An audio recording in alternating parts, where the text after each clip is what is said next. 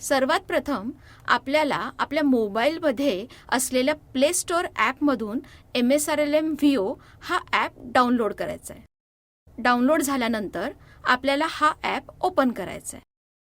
Open केल्यानंतर register नोंदणी करा ह्या बटणावर क्लिक करायचं आहे. आता पुढे व्हिलेज ऑर्गनायझेशन रजिस्ट्रेशन म्हणजे ग्रामसंघ नोंदणी ह्या भागामध्ये सगळ्यात पहिले ग्रामसंघाचा NIC कोड टाकायचा आहे. नंतर लिपिकेचा मोबाईल नंबर टाकायचा आहे. हे भरून झाल्यानंतर पुढे जनरेट OTP म्हणजेच OTP निर्माण करा ह्यावर क्लिक करायचं आहे. आता तुम्ही लिपिकेचा जो मोबाईल नंबर वरती टाकला होता त्या मोबाईल नंबरवर एक OTP आला असेल. तो OTP आपल्याला एंटर OTP ह्या ठिकाणी टाकायचा आहे.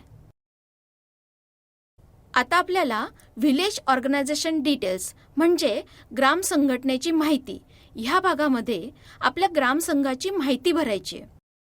व्हिलेज ऑर्गनायझेशन नेम मध्ये येणार आपल्या ग्रामसंघाचं नाव. त्याखाली ग्रामसंघाचा पॅन नंबर टाकायचा आहे.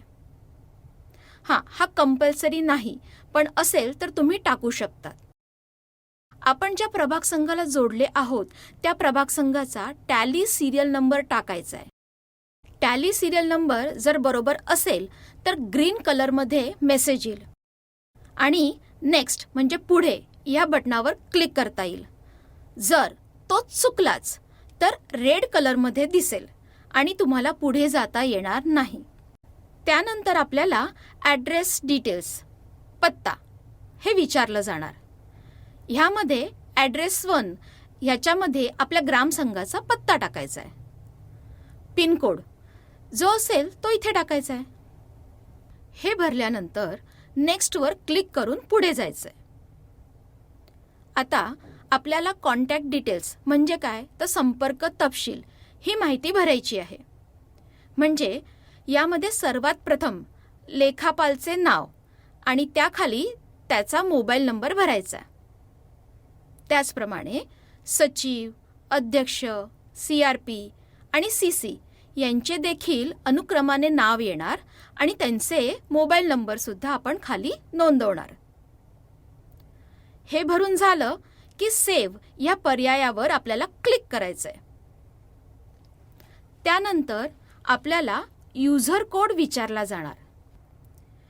युजर कोड हा आपला NIC कोड असणार आणि पासवर्ड म्हणजे मोबाईल नंबर असणार जो तुम्ही सुरुवातीला टाकला होता आणि ज्याच्यावर तुमचा OTP आला होता. हे टाकून झाल्यावर लॉग इन म्हणजेच काय तर प्रवेश करा ह्यावर आपल्याला क्लिक करायचं आहे.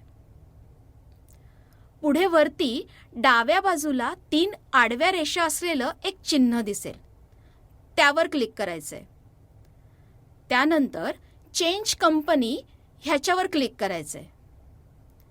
इथे आपल्याला आपल्या ग्रामसंघाचं नाव दिसेल. त्यावर क्लिक केल्यानंतर उजव्या बाजूला परत एकदा छोटंसं क्लिक करायचं आहे. आता आपण बनवलेली कंपनी आपल्याला दिसेल. ह्यामध्ये आपण पुढील कामकाजाला सुरुवात करू शकतो.